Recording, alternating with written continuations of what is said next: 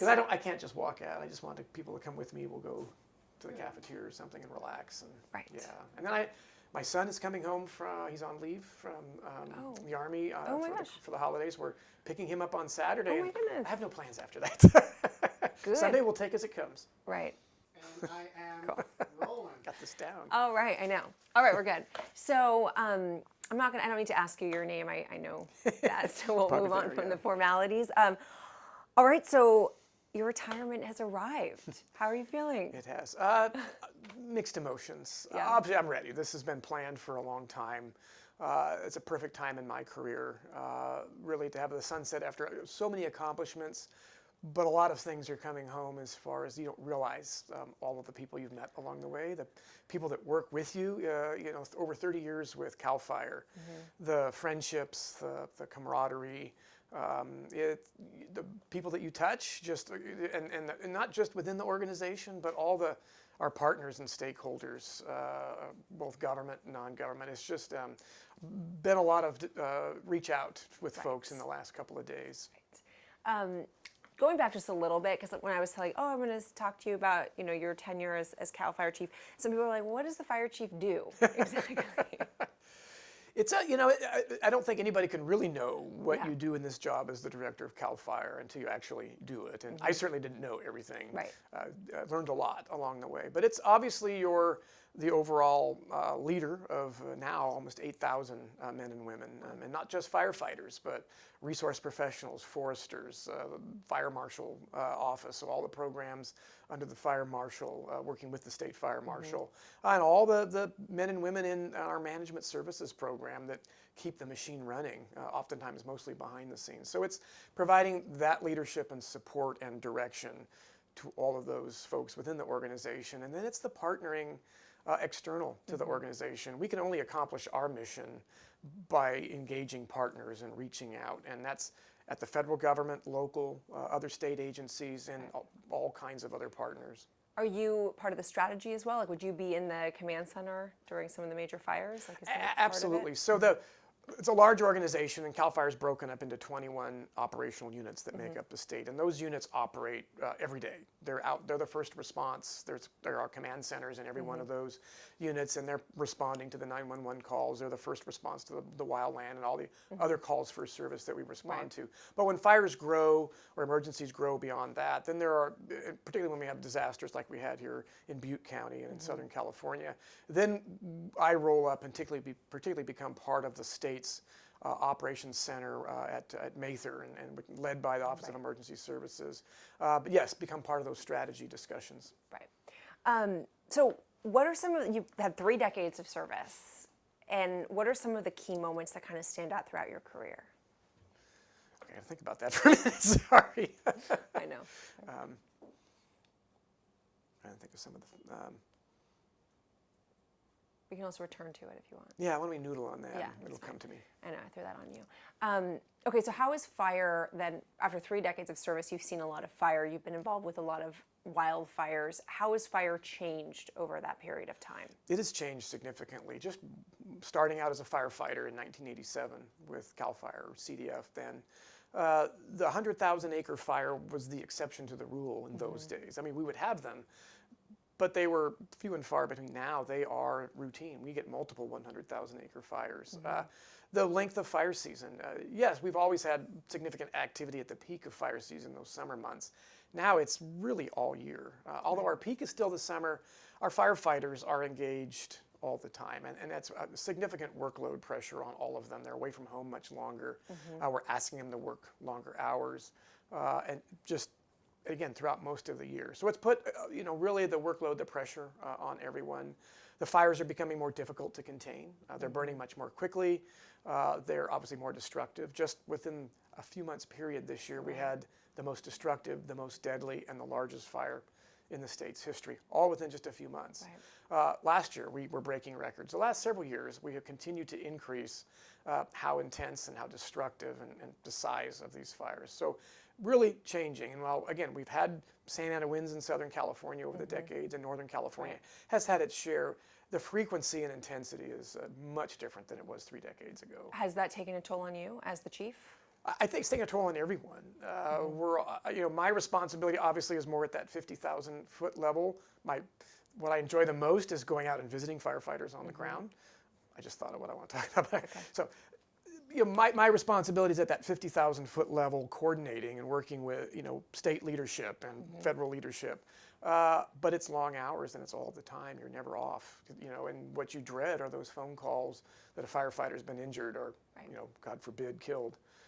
But it's just the day-to-day activity. You're always having to be engaged in something. And we have an amazingly competent professional people in this organization. So I'm not down at the weeds, commanding the day-to-day activities. But an organization the size of ours and the complexity of the challenges we face now, I'm engaged in many, many things all the time. Do you want to go back to? Yeah. My greatest moments really come down to the opportunities I've had to go out to the fire line and no pomp and circumstance, just go out to the fire line and visit the troops on the ground. And I can remember an opportunity where we were going almost all night to get there, but it was a very remote fire in Plumas County, and we drove 2 hours in the dark to surprise one of our strike teams of engines that was in a difficult situation, dealing in a tough area, doing an amazing job.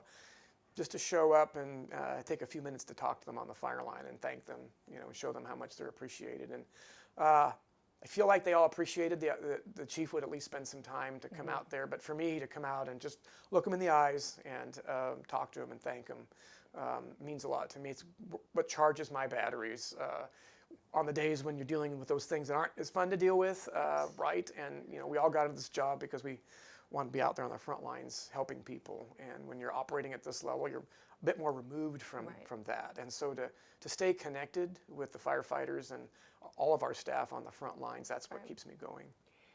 On the same vein then, or in the same vein, what has been the most challenging day as fire chief?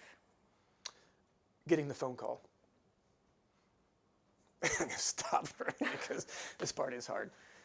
And I'm not making that up, but getting the phone call that a firefighter has died in the line of duty is the most difficult, challenging. Any fire chief or police chief, any leader in an organization can get. And 8,000 employees. I don't know every firefighter, but I do know every firefighter. You feel responsible for everyone. I see these, I call them kids, but I see these men and women every day when I'm out there. And so you take those phone calls very personally. And we had several this year, and they were very difficult. And in the case of our heavy fire equipment operator, our bulldozer operator, Braden Varney, in Mariposa County, it took several days for us to get him out. And so myself and our deputy director, Janet Berenson, spent, I think, 2 or 3 days there waiting with our people, just being there until we could bring him home. And probably one of the most difficult times that I have had to endure as a fire chief personally, but probably also the most rewarding in terms of being able to experience this with our people on the ground. Right, your fire family. They are. We are. The fire family is very close. Yeah. We are a second family. We spend so much time, particularly those folks still in the fire station, so much time with each other. Right, right. There was something that you said that I wanted to ask you about, and now I'm forgetting what it was, so hopefully it will come back to me. So when we go back over the past, we talked, because now I'm kind of jumping around, but when we talked about how fire's changed over the past 30 years, how has fire even changed just within the past 8 years you've been chief? Significantly. Really, if you go back to 2013, the Rim Fire, just outside of Yosemite, 253,000 acres. Fire had made significant runs during the day with rates of spread we thought were unprecedented. That was the fire we were all talking about. It was the first real fire that had increased to those kind of conditions and destroyed so much acreage and forest, and obviously a lot of attention because it was on the edge of Yosemite. The fires we've had in the subsequent years have made that pale by comparison. That was sort of the beginning of this benchmark change. 2014, the King Fire, just east of Sacramento here on the El Dorado National Forest, 100,000 acres, very close to threatening Lake Tahoe. The following year, the Valley and the Butte Fire, a valley fire in Lake County, burned much of Middletown. Butte Fire burning homes, taking lives, both of these fires taking lives. again, following up 2016, the Sobranas fire in Monterey County, large, one of the most expensive fires in the country's history. Right. 2017, of course, the North Bay fire. So every year it continues to accelerate, and we continue to add more records to our top 20 list. Since it's been this sort of gradual progression then, a fast but gradual Right. progression, were you surprised by the magnitude of the fires the past year? We'd been watching this, really it was since the Rim fire. We really started talking about the changes we were seeing. We've been watching, we look at the conditions of the vegetation. We look at that every other week we're measuring the amount of moisture in the vegetation, and we sample that across the state, and we do that all the time throughout the year. We've been watching that even prior to the Rim fire. We were starting to see, really the drought, I think, was proclaimed back in 2000, I forgot when it was, let me back up. I forget the year. I know, I did too, sorry. Well, When it was proclaimed. right. When the state entered the drought, this unprecedented 5-year drought that we went through, that's really when we started seeing the changes. We monitor vegetation conditions throughout the year. We were starting to see vegetation not recover. During the winter, it brings in more moisture. It wasn't happening. And so we started realizing this was going to have a change in fire behavior. The Rim fire in 2013 absolutely demonstrated that.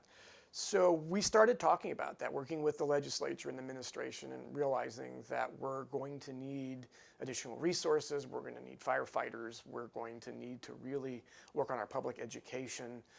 No, couldn't have predicted the Rim fire or excuse me, couldn't have predicted the Tubbs fire or those fires in the North Bay, couldn't have predicted the Camp fire in terms of the intensities where that was going. But we knew we were trending, and I made a number of public statements about that this is the wave of the future.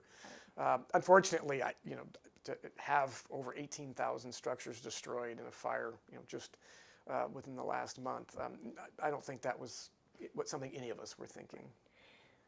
Climate change. I know it can be controversial to bring it up, and it's a hot, buzzy topic, but is that something that when you talk about the drought and you talk about this changes we've seen, is that something that's top of mind for you?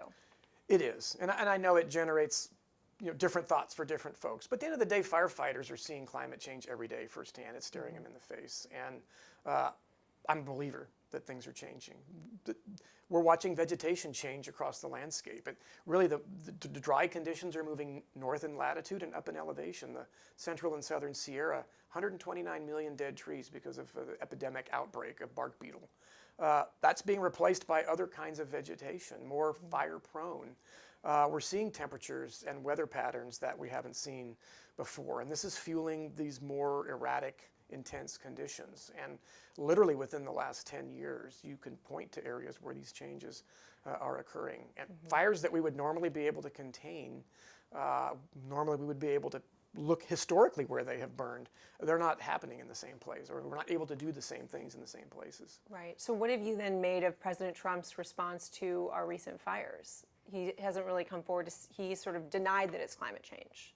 And we've chosen, obviously we don't agree. And here in California, Governor Brown has led the way. He really led the nation and the world in bringing people's consciousness forward that this is real. And folks can say what they want. At the end of the day, we're leading the country in our discussions on the impacts of climate change and what we're trying to do to respond to it. And hopefully we're bringing folks along with us. But it is real, and we will continue as a state to move forward to try to address the impacts of it. What do you then make, what do you make of President Trump's comments about deforestation? Is that the number one issue that really needs to be addressed? Dealing with the wildland fire challenges in California, really across the western United States, it's multifaceted.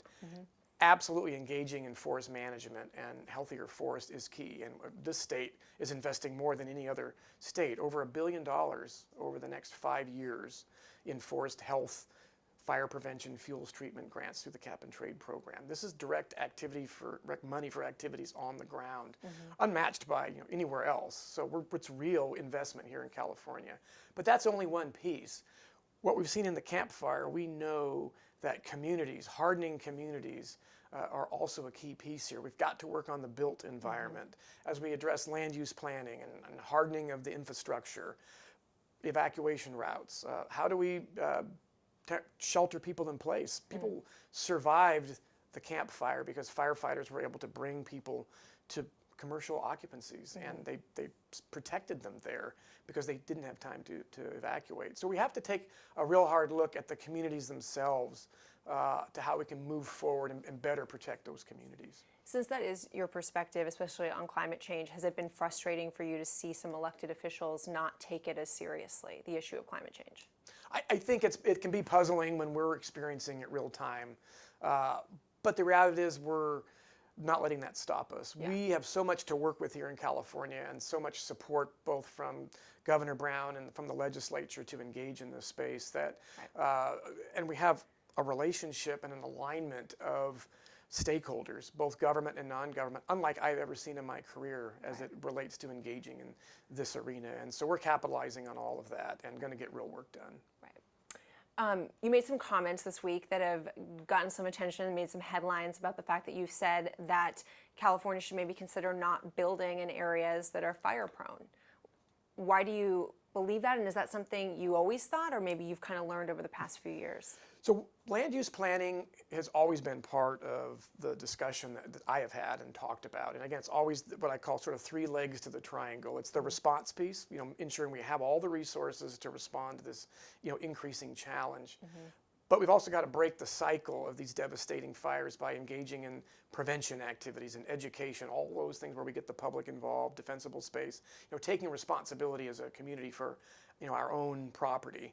But the last leg of that is engaging in, it's the land use planning part, and it is hardening, these communities. And we've done a lot in that space to work with local governments, with land use planning officials, as we work on the safety elements of general plans and how we build fire safe or more fire resistive communities. And so we've always talked about this. This has always been one of those challenges, and it is a tough challenge because, of course, we need more housing. We need affordable housing, while at the same time we don't want to put people in harm's way. So how can we continue to learn from what burned in these fires and what kinds of building construction is going to survive these intensities? How do we look at the landscape? And when I talk about building in the right places, it doesn't mean we're not going to not build in the urban interface, but it means we've got to go out and look at, there are some very dangerous places in the wildlands, in drainages where the winds are funneled and very intense, where there are places where you can't put multiple roads to allow for multiple evacuation routes. And so just being smart as we go forward about building to ensure that when we put communities together that we have all thought through all of these impacts. So you're not saying people in Paradise shouldn't rebuild? I mean, because that's a pretty fire-prone area, it would seem. Right. No, definitely not saying they shouldn't rebuild, but I'm also saying that, and the mayor's been very out in front in her discussions on this, is as we consider that, we've got some hard things to think about, but we also have the opportunity now to think about that and what can we put back that is different, that can make the community more resilient. And in reality, Paradise was a fire-wise community. They were already working on doing all the right things. They'd added an additional highway. They had been doing fuels treatment, which some of that was actually successful. They had evacuation zones, so they get it. But the power of these fires and this weather, it's really overtaxing a lot of the things that we have traditionally done, and so we have to continue to raise the bar to match the threat. Right, and I feel the problem too is like people in Coffee Park never would have thought that they were in an urban interface. That's the paradigm change here is that there are hundreds of communities in California that are susceptible today to this kind of fire. And you're right, Coffee Park, we would think of that as an urban community. So we have to take a hard look at all of our weather patterns and where we sit in relationship to canyons and fuel and really work on that. What's your advice to the next fire chief? It's number one, it's building the partnerships, the stakeholders. None of us are in this alone, and there's strength in the numbers, and we've done so much work to build those partners. So continuing that going forward, a lot to learn about the job, being open to new ideas. Sometimes in the fire service, we can sometimes get caught up in tradition, and tradition is good, but at the same time, we've got to continue to be open and flexible to new ways of doing things as the landscape changes. It just struck me when I've been covering fires. Then we did something where our producers interviewed us for this piece, and they asked me as I was talking about fires. They said to me, what can be done is what they asked me, like to stop, to help us stop these mega fires. And I was like, I don't know. But so if you were asked, like what, just sort of now as you move on, like what can be done? What can we all do to kind of help prevent these fires? What can we do? Is there anything we can do? Fires are going to occur. You cannot prevent 100% of the fires, but in fact, 95% of the fires in the state are started by people. So they're all preventable. But people means all kinds of ignition sources. So we need to keep working on all of that, public education. So reducing the number of fire starts is key. But fires are going to occur. And we're going to have these devastating fires. Weather patterns, all of these things are in alignment to where there will be fires like the Camp Fire that we can't stop. So how do we then understand that we in California have to live with some of that kind of fire and work on education and hardening our communities? We truly need to treat wildland fire like we treat tornadoes and hurricanes in other parts of the country. People know what to do when a hurricane is forecast or when a tornado is forecast. And when we forecast a red flag warning for fire conditions, what does that mean to people? In many cases, it's become white noise. Right. So we need people to understand that when a red flag warning is in place, I need to be on heightened alert knowing that a fire could start any minute. What am I going to do if I hear of a fire or know of a fire starting right now? Right. That's just where we need to go. And it doesn't mean people live in fear, but we need to have a healthy understanding of the risks that we face when we live in certain places. And I think that's the number one piece. So we, as Californians, need to understand the risks and be prepared to do all of our parts to help mitigate that. Right. What's going to be the biggest challenge for the next fire chief? Going forward, we're really only one spring away from another devastating fire. Weather patterns change. So the biggest challenge is taking everything that we've learned and taking that forward to again work towards preparing for that next piece. And going forward, obviously can't pretend to know what budgets will look like, what all these things will be, but we do know fires are going to happen, and so the biggest challenge is going to be how are we going to ensure we're ready for the next wave. Yeah. And are you burnt? I mean, your retirement, I know you said, I was going to ask you, it's interesting, it came right after Paradise, right after the Camp Fire, but you're saying it's not like you're burnt out from this past year. And no, we're all tired, right? And 8 years of very difficult conditions obviously has everybody tired. But no, I'm not burned out. This was a planned time in my career, and it's a great opportunity for the next set of leaders to step in. There will be a whole new legislative cycle coming and budgets coming, all of these coming after the first of the year, and there'll be so much to talk about. Now's the time to bring in the next wave and let those folks get their feet on the ground and carry this ball to the next step. So what's next for you? The short term is just taking that break and reconnecting with family, all those things that you need to do to reset, and haven't made the decision for long term. I just know that I had a long career of public service, and it's really where my heart is. So we'll see what comes next. And Saturday? You have a plan Saturday? Yes. So Saturday, my youngest son comes home he's on leave. He's in the 4th Infantry Division, so we'll be picking him up at the airport.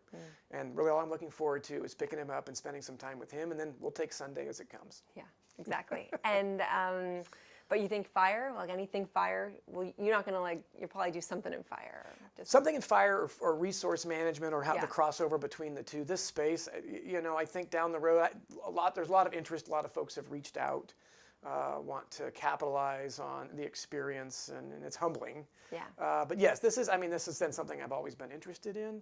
But I really don't want to make any decisions now. Short term is just sort of enjoy thinking of the past 3 decades in this long career and this chapter in my life that I'm closing out, and take some time and then figure out what's next. So final question, what are you most proud of from your tenure? Ooh. Why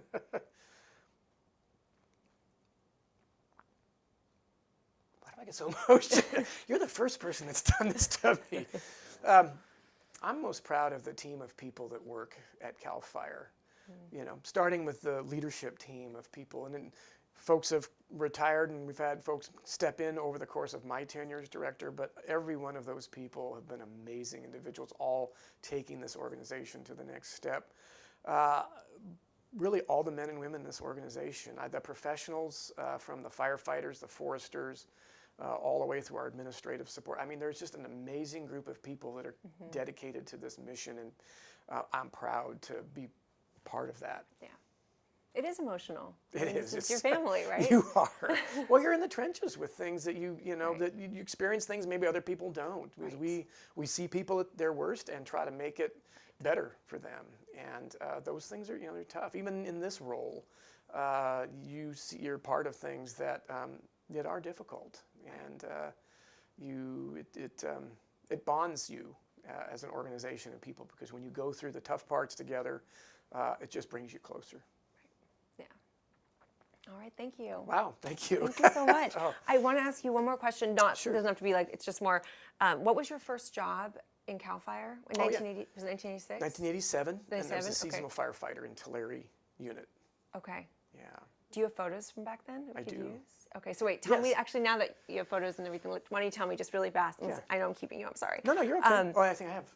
No, I'm good. I got 15 minutes. Okay, tell me about your first job.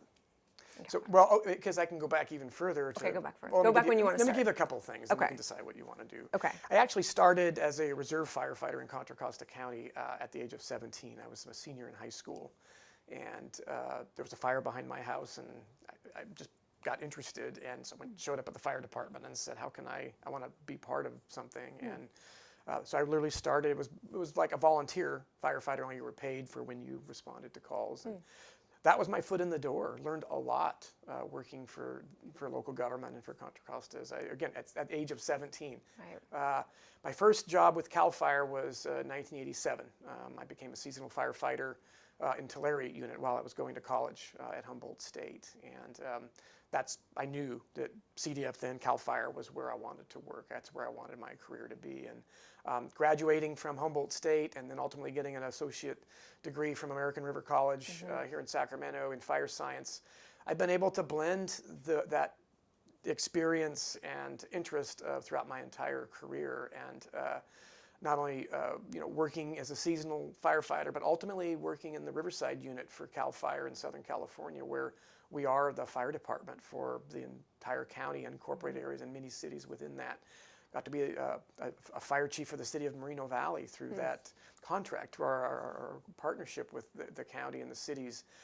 Just the breadth of experience that you can get in CAL FIRE. If there's something you're interested in, fire prevention, aviation, hand crews, we have all of that. Right. And you're only limited by your interest and your willingness to step up and prepare yourself for that next opportunity. So 17-year-old you with a fire in your backyard probably never would have imagined you'd be sitting right here. This was not on the radar. Right. This was the furthest thing.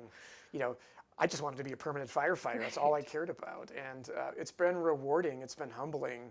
But I've been given lots of opportunities and a lot of mentorship, lots of people, and that's all been coming back in the last few days, as this has obviously gone out about the retirement, and it's just very humbling, but a lot of good memories. And the success of my career has been because there have been so many others that I've mentored along the way and given me a lot of guidance.